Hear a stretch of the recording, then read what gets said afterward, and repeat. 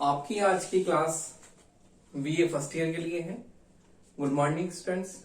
BA first year में जो आपके पिछली कक्षाओं में टॉपिक हमने किए थे, तो हमने उसमें आपका जो सेकेंड यूनिट है उसमें राजनीतिक व्यवस्था आपका इंट्रोड्यूस किया था और आपके पिछली कक्षाओं में फर्स्ट यूनिट आपका पूरा हो गया है और आपका सेकेंड यूनिट है। उस सेकेंड यूनिट में आपका टॉपिक आज है राजनीतिक व्यवस्था।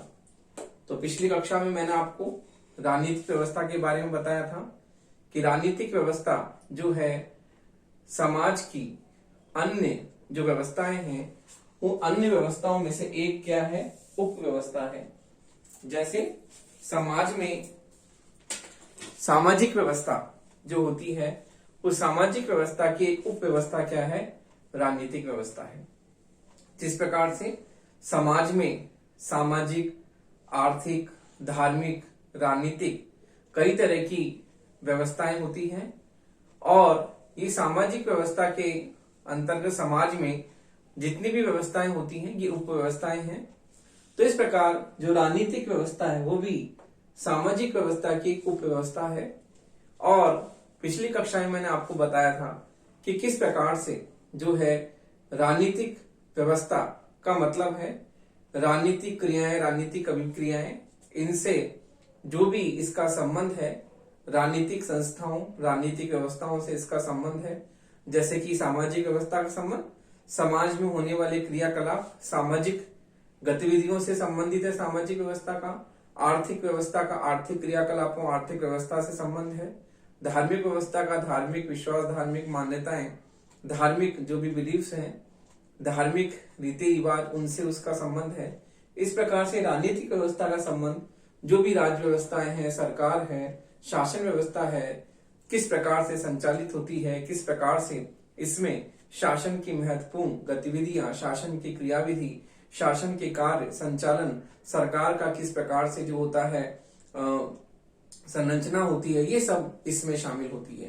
तो देखिए, राजनीतिक व्यवस्था समाज की एक उप व्यवस्था है और इसके बारे में मैंने आपको पिछली कक्षा में बताया था कि राजनीतिक व्यवस्था जो है बहुत ही किस प्रकार से जो है सबसे पहले सामाजिक व्यवस्था में से ही अन्य व्यवस्थाओं में से ये व्यवस्था निकली है। और इसके बारे में आपको ये बताया था कि ये जो है सामाजिक व्यवस्था की सामाजिक व्यवस्था में से एक उप व्यवस्था है। तो देखिए, हम राजनीतिक व्यवस्था के बारे में देखते हैं कि राजनीतिक व्यवस्था का अर्थ एवं परिभाषा क्या है। तो देखिए, राजनीतिक व्यवस्था का अर्थ एवं परिभाषा। राजनीतिक व्यवस्था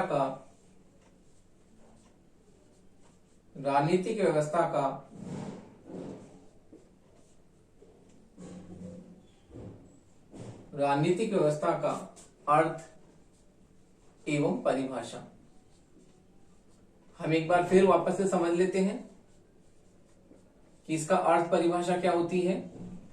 राजनीतिक व्यवस्था का अर्थ एवं परिभाषा एक बार पुनः हम देख लेते हैं क्या है। तो देखिए, परंपरागत राजनीति विज्ञान द्वारा जिसे राज्य एवं सरकार कहा गया उसे ही आधुनिक राजनीति विज्ञान में परंपरागत राजनीति विज्ञान में जिसे राज्य कौमा सरकार, राज्य सरकार या शासन व्यवस्था, जिसे राज्य सरकार या जिसे राज्य एवं सरकार कहा गया है, राज्य सरकार कहा गया है, उसे ही आधुनिक राजनीति विज्ञान में, उसे ही आधुनिक राजनीति विज्ञान में, उसे ही आधुनिक राजनीति विज्ञान में राजनीतिक व्यवस्था, राजनीतिक व्यवस्था कहा गया है। परंपरागत राजनीति विज्ञान में जिसे राज्य सरकार कहा गया है उसे ही आधुनिक राजनीति विज्ञान में राजनीतिक व्यवस्था कहा गया है। तो देखिए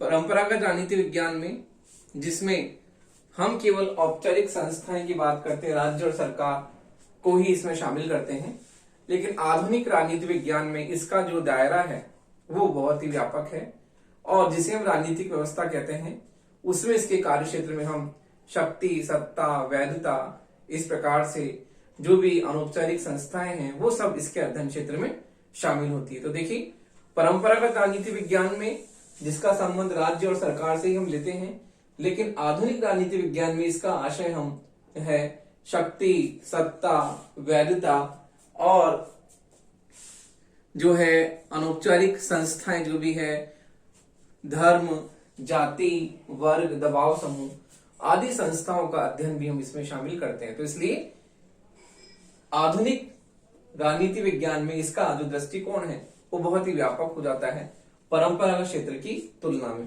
क्योंकि परंपरागत केवल राज्य और सरकार से ही संबंधित रखता है, केवल औपचारिक संस्थाओं को ही जो है इसके क्षेत्र में शामिल करता है, जबकि आधुनिक राजनीति विज्ञान में हम औपचारिक के साथ साथ अनौपचारिक संस्थाओं को शक्ति, सत्ता, वैधता और जिस प्रकार से अनौपचारिक संस्थाएं धर्म, जाति, वर्ग, दबाव समूह आदि की क्या भूमिका है राजनीति विज्ञान में, इन सब का हम जो है अध्ययन इसमें शामिल करते हैं। तो इस प्रकार से इसका जो अध्ययन क्षेत्र है वो व्यापक है। देखिए रॉबर्ट डहल के अनुसार राजनीतिक व्यवस्था मानव संबंधों का ऐसा दृढ़ रूप है। रॉबर्ट डहल के अनुसार इसकी परिभाषा है, रॉबर्ट डहल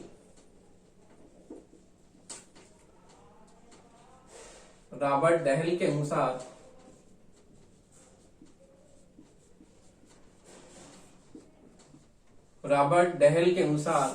राजनीतिक व्यवस्था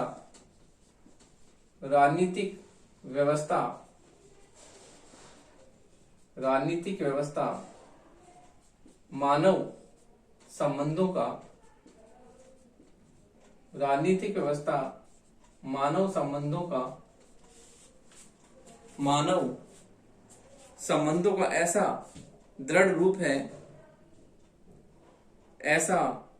रूप है जिसमें पर्याप्त मात्रा में ऐसा दृढ़ रूप है, मानव संबंधों का ऐसा दृढ़ रूप है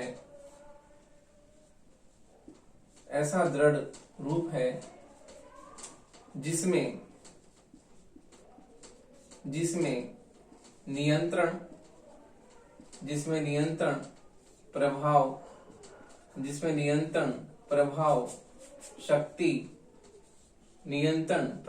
शक्ति, सत्ता,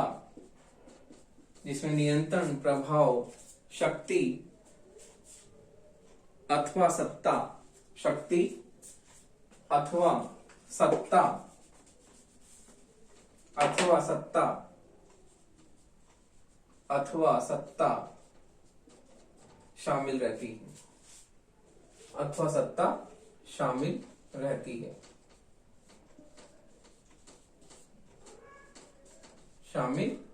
है। तो देखिए रॉबर्ट डहल के अनुसार राजनीतिक व्यवस्था मानव संबंधों का ऐसा दृढ़ रूप है जिसमें नियंत्रण, प्रभाव, शक्ति अथवा सत्ता शामिल रहती है।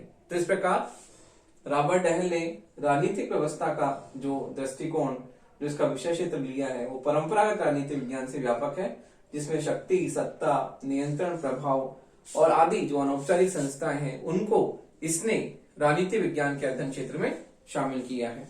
इस प्रकार से हम देखते हैं कि राजनीतिक व्यवस्था जो है अपने दृष्टिकोण में किस प्रकार से जो नई और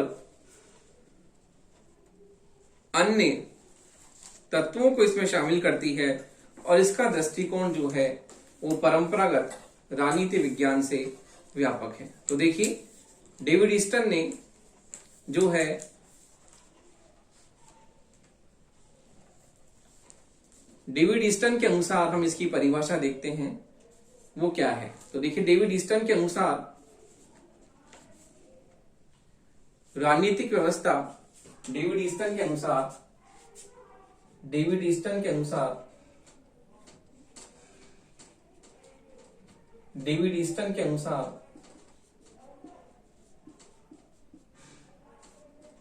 राजनीतिक व्यवस्था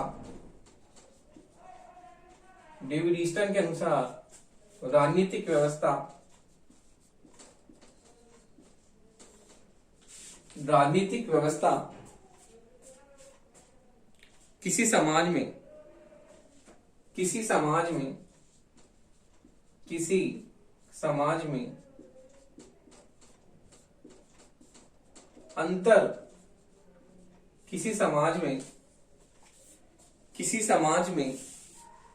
अंतर क्रियाओं की ऐसी व्यवस्था है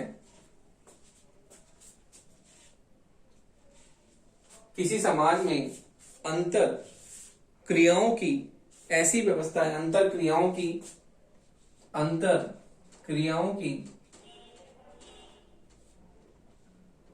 क्रियाओं की ऐसी व्यवस्था है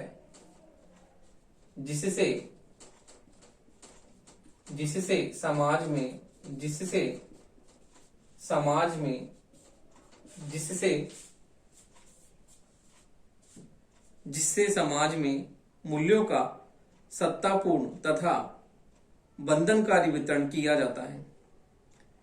जिसके द्वारा समाज में मूल्यों का सत्तापूर्ण तथा बंधनकारी जिससे समाज में मूल्यों का सत्तापूर्ण तथा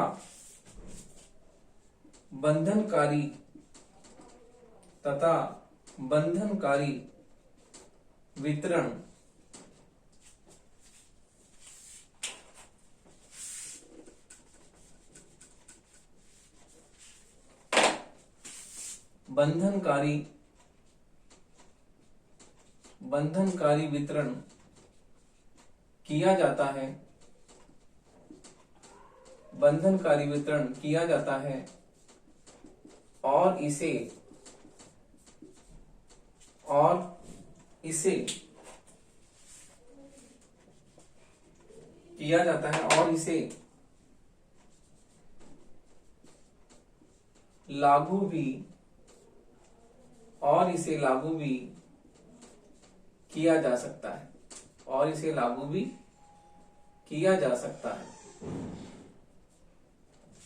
और इसे लागू भी किया जा सकता है तो देखिए डेविड ईस्टन ने जो परिभाषा दी है तो इसमें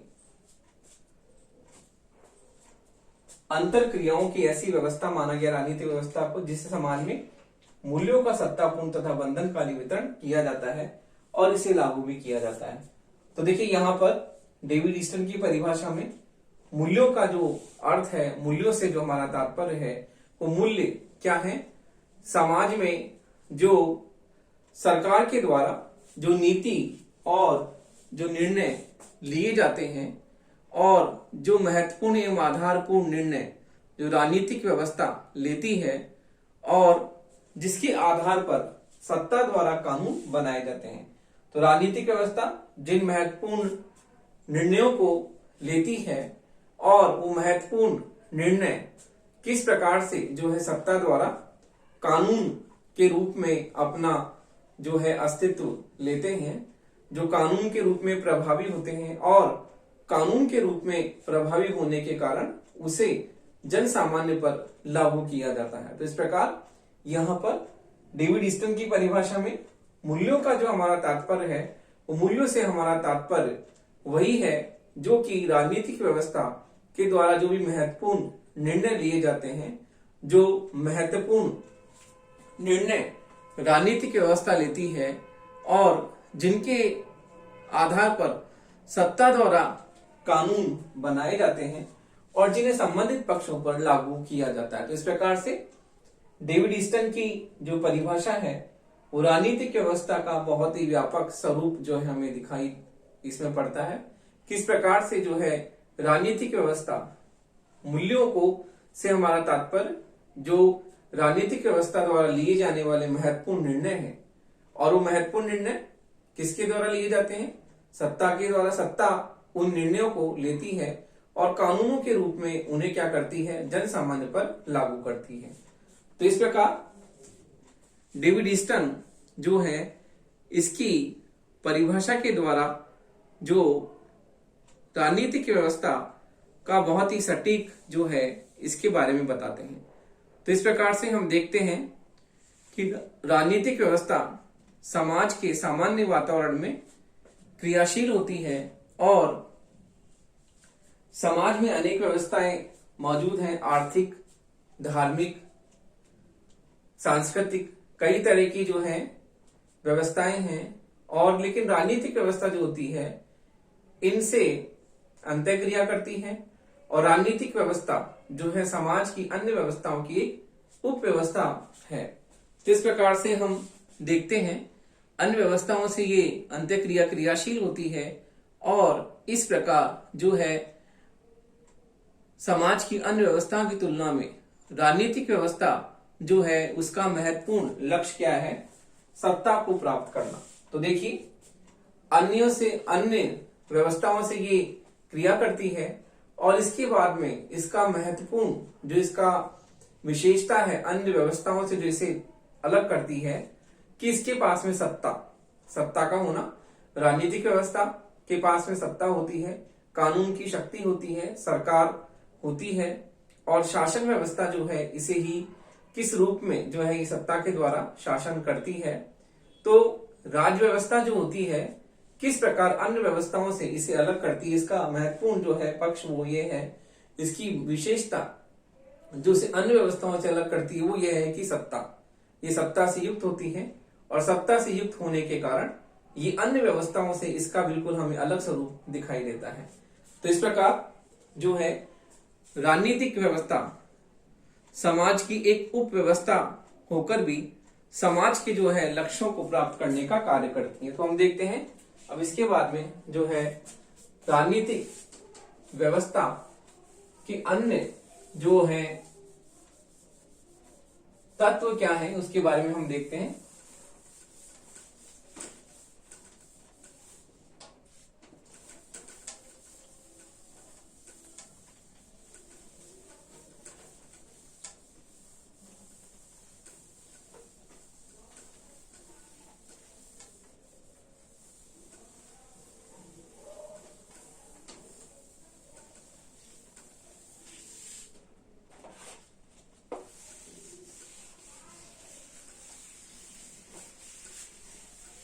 तो देखिए इन परिभाषाओं और अर्थ के बाद में हम देखते हैं कि राजनीतिक व्यवस्था जो है वो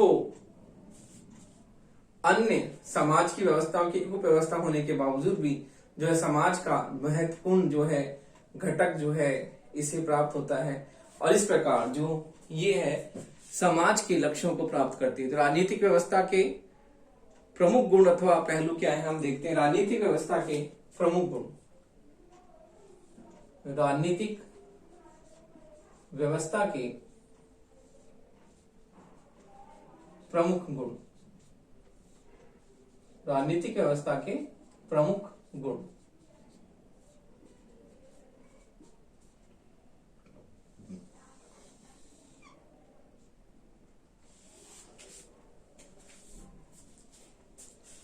देखिए राजनीतिक व्यवस्था से गुण से हमारा मतलब है कि राजनीतिक व्यवस्था के लक्षण,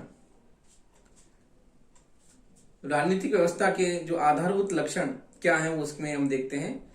आमंड एवं पावेल ने राजनीतिक व्यवस्था के आमंड आमंड एवं पावेल ने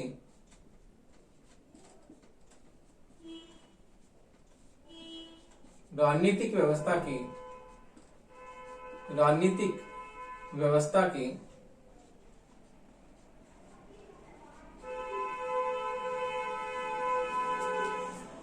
निम्न 4 गुण बताए हैं।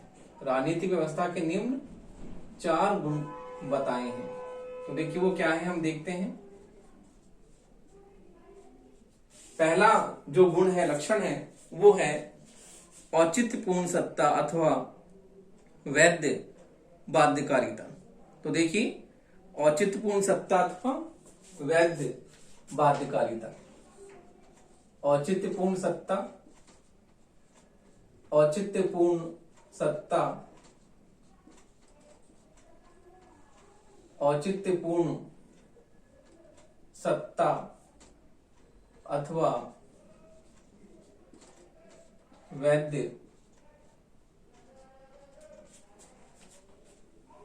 औचित्यपूर्ण सत्ता अथवा वैध बाध्यकारिता।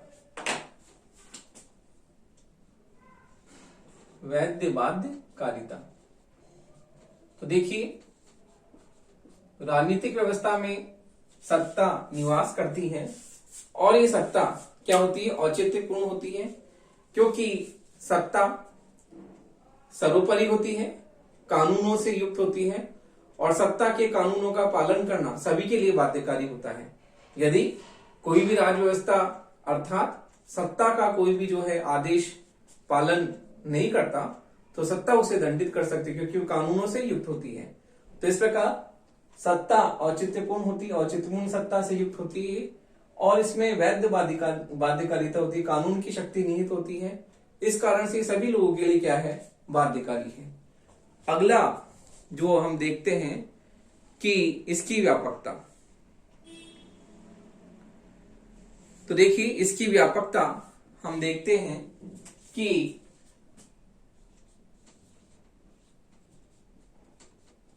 हमने पहले पॉइंट में देखा कि वैध बाध्यकारिता है कि ये जो है सभी जन सामान्य पर इसके निर्णय जो होते हैं लागू होते हैं और किस प्रकार से ये सभी के लिए बाध्यकारी है।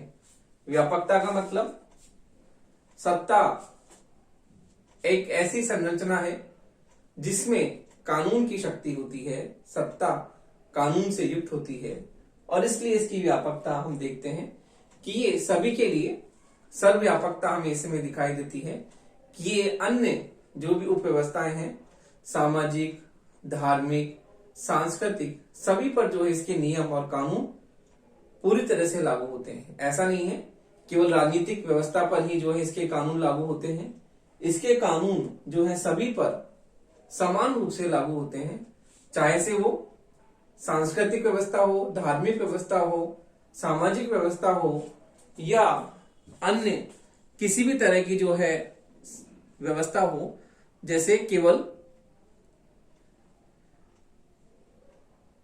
अनियमित समूह पर भी लागू होती, राजनीतिक दल दबाव समूह पर भी नहीं है, अन्य जो धार्मिक व्यवस्था उन पर भी ये क्या है, समान रूप से लागू होती है। तो हम देखते हैं इसमें व्यापकता पाई जाती है। अगला है पारस्परिक निर्भरता तथा अन्योन्याश्रितता। तो देखिए पारस्परिक निर्भरता तथा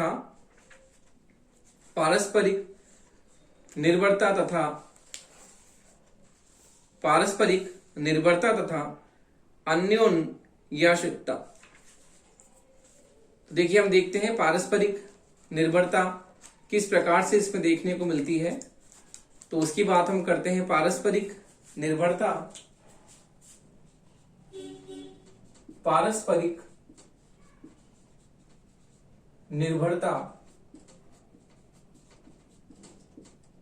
तथा अन्योन्याश्रितता।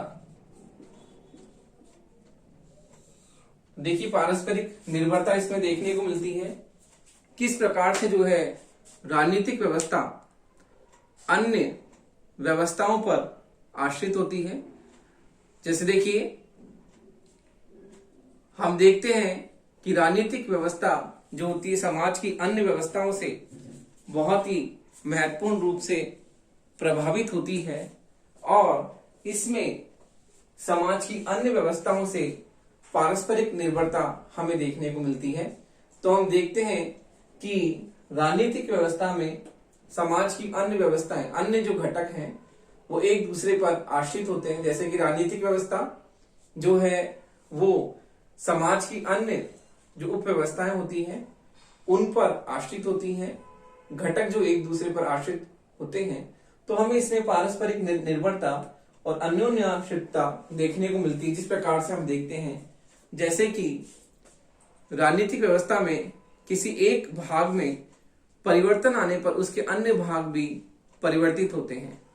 तो देखिए, जिस प्रकार हम देखते हैं, उदाहरण के लिए हम देखें कि बहुदलीय व्यवस्था, हम किसी भी शासन व्यवस्था में, किसी भी राज्य व्यवस्था में हम बहुदलीय व्यवस्था के स्थान पर द्विदलीय व्यवस्था यदि हम स्थापित करते हैं तो हम देखते हैं कि शासन व्यवस्था में हमें परिवर्तन देखने को मिलता है।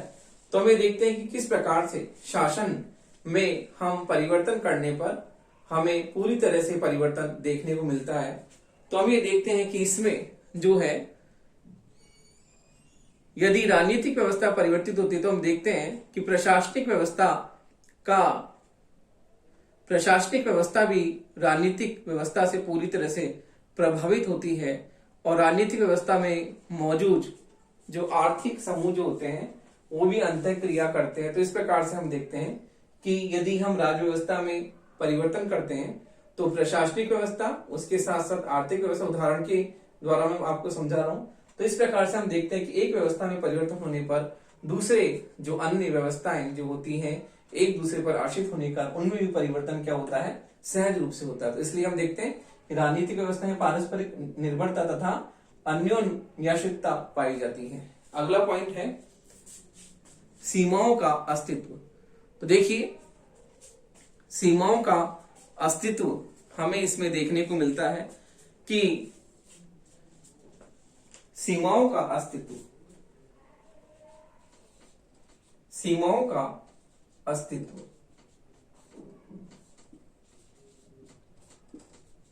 सीमाओं का अस्तित्व। तो देखिए, राजनीतिक व्यवस्था, हर व्यवस्था की अपनी एक सीमा होती है, उसी प्रकार से राजनीतिक व्यवस्था की भी अपनी एक सीमा होती है। तो हम यह कह सकते हैं कि कोई भी व्यवस्था जो होती है एक बिंदु से शुरू होती है, दूसरे बिंदु पर समाप्त होती है। तो इस प्रकार से सीमाओं का अस्तित्व हम देखते हैं कि जो अन्य उप व्यवस्थाएं हैं उनमें भी कोई सी भी व्यवस्था हम देख लें, हमें उसमें एक निश्चित जो है सीमा देखने को मिलती है कि एक निश्चित बिंदु से शुरू होती है और एक निश्चित बिंदु पर समाप्त होती है। तो इस प्रकार से आमंड एवं पावेल ने राजनीतिक व्यवस्था के निम्न लक्षण बताए हैं: औचित्यपूर्ण सत्ता अथवा वैधबाधकारिता, व्यापकता, पारस्परिक निर्भरता तथा सीमाओं का अस्तित्व।